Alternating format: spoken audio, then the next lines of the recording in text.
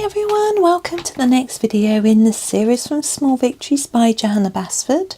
We have this last one of the row here to do, and all these florals are the same. And I've looked at this one where they're the same, and this one where they're the same, lots of small ones the same, and I've done them the same colours, and I've done that mostly through. But I'm wondering whether to do all these different colours. They are quite small, so I thought it might be more interesting, rather than trying to do a bit of shading in them, which would be really quite difficult in such a small flower, to just block in each petal, but to do them different colours. I thought that might just make it a bit different. So I am going to start right away with a cadmium orange and just start, it doesn't really matter where, we've got an orange one there, so I'm going to go down here, I think. So we'll do an orange one here. What I think I'll do to sort of bring it all together and make them look similar is to do the centres and the leaves the same colour. Excuse me, I don't know why I'm a bit hoarse today. I'm going to use the permanent carmine next. Gosh, it's just impossible to read that. And I'm going to put it a little bit further away from here. We'll put it up here, I think. Because I'm working through my tray of Polychromos going from colour to colour. I don't want, I want it to be a bit more mixed up than that. My washing machine is spinning away in the kitchen. I don't know if you can hear it, hopefully not. Now a pink, I'm going to go for the fuchsia. Fuchsia pink. Just for reference, if you do not, you may not know that all the colours I use are listed in the description of the video. So if you want to, if you can't see or hear the colour name, you can go and have a look at the list, and hopefully that will make it clearer for you. If you're watching the, I'm finding the purple violet. If you're watching the compilation version, it's purple violet. I do still put them all in. And I put the part number next to them, so you can, hopefully it helps. Yeah, the compilation ones are available to my channel members. It means that you get, with this page, I couldn't do the whole page in one video. First, it would take a really long time to export on my computer. I'm going to do this blue. This, I think this is, yeah, the middle phthalo blue. But also, I hadn't got through all the videos in time to make a compilation of all of them before the series started, and I'd like to give my members early access, so I try and do it on the day or a bit before if I can, which reminds me I need to check what's coming up so I can give my members something early. Now I have this dark flesh. I was wondering whether we've got red and dark pink. Yeah, let's do it. I'm going to use it lightly, even though it's called dark, because it's quite a pretty colour. I always think like a salmony pink, corally. I can't remember what it's called. Is it called coral? Hang on, let me look on my swatch chart. Dark flesh, salmon. It's called salmon. I think it's pretty. Now what's missing here? A purpley pink? No, we've got a lot of pink. A yellow? We're going to do yellow middles. Yeah, let's do a yellow. Let's do this sort of dark cadmium yellow. So it's a sort of orangey yellow.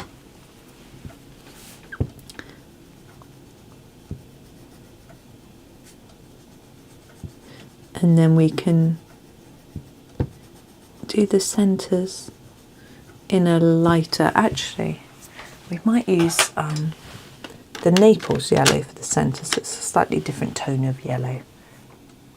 There it is. I'm going to have to sharpen it though because they're very small. I'm thinking this series is going to take us right through the whole month. It's really long. That's okay, I hope. I hope people are okay with that. Chromium green opaque, I think it's to give it a sharpen. I changed the blade in my sharpener. It's behaving much better. Chromium green opaque. I was tempted to do a video on actually showing you how to change the blade, but I just felt it was a bit too dangerous. You know, if you were trying it and you weren't quite steady-handed enough, or if children got to see it, things like that. So I decided not to do that. I do have one about how to get a lead that's stuck in a hand crank sharpener, which is proving to be very useful for people, which is good, because I had the problem myself, so I thought other people might too. And I had my hand crank like for months sitting there. I was like, I don't know how to fix this. Now I'm really I'd love to do a green background, but you know, can't do that. I'm wondering whether there's a pretty brown. There is. This brown ochre, I always think is quite pretty. Use that. Go and sharpen it. So yes, I actually had a comment on it the other day. People are still watching it, which is good. It's nice having videos that people go back and watch a lot. A lot of my videos, like this one for example, I suspect what happens is people watch it when it first comes out, and then it really doesn't get any views after that. It just, you know, after a few days, that's it, end. But the sort of completed book flip throughs, they get continuous views over years and years, because people are interested. They might have the book, they might want some inspiration, that sort of thing, or they might be new to colouring, having not seen the book before. They want to know what it might look like, that sort of thing. So those are much more popular as well, which is nice. And completed pages from different months, people just sometimes go back and look at them, which is nice. But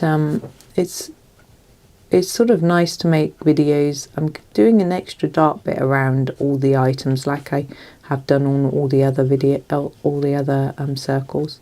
It's nice having a video that people keep coming back to.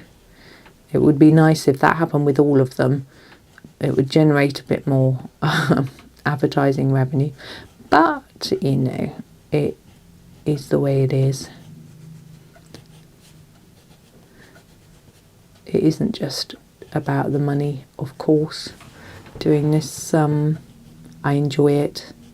It's lovely to be able to do something that people seem to really appreciate, which is really, really satisfying, and also a job that keeps me at home.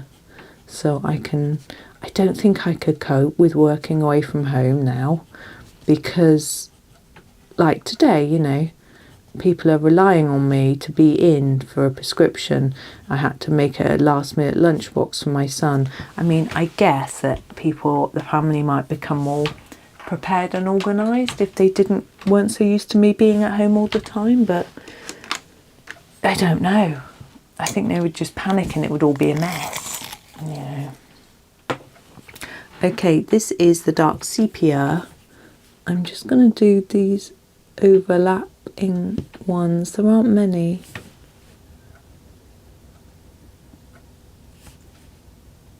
I feel like it needs something. I think I'm going to get out my white.